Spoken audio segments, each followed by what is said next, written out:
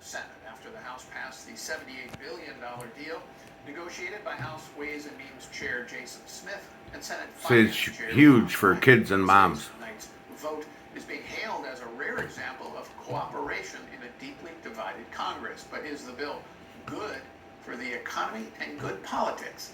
Let's bring back our panel. So, Kim, let's look at the merits first. Do you think this is a good bill? No, it's a dreadful bill, Paul.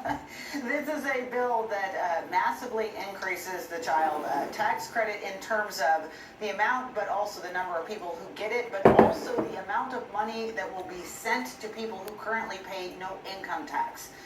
What is called refundability, and that makes it essentially a welfare program, which is going to potentially put many families going forward in future more dependent on the government. It's a disincentive for work. In return, Republicans got a couple of extensions of business tax provisions that many Democrats supported anyway, and some of which might have a marginal help on the economy, although one at least, that on the deduction for net interest, which actually could cause some problems and undoes a reform that Republicans got back in 2017. So, Dan, why are the Republicans doing this if Kim is right? Because what they say is this is pro-family, helps parents with children, great, good policy, and it will help the economy because we'll get an incentive for business to invest. Well, I think they're doing it in large part because there is a growing school of thought, especially in the House, Republican House, that the Republicans have never been seen as doing enough for working families, lower income families, middle class families. And the emphasis is indeed on families, that they are struggling. And so that the Republicans have concluded, some of them anyway, that the way to do that is by sending money like this to show that the Republican Party supports them. As Kim was suggesting, it is ultimately a transfer program. It's not creating incentives to work, which the Republicans has always stood for.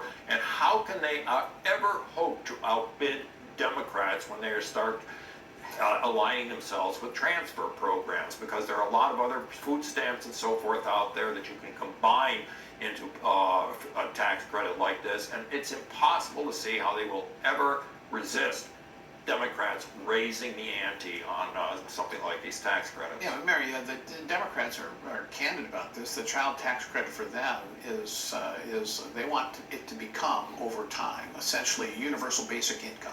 So you'll get a check for the government whether you work or not, whether you pay taxes or not, and this is that policy. The question in my mind is, why would Republicans want to do this? Well, I'm a little bit more cynical than Dan. This is 2024, it's an election year, and they get to say we are a great defender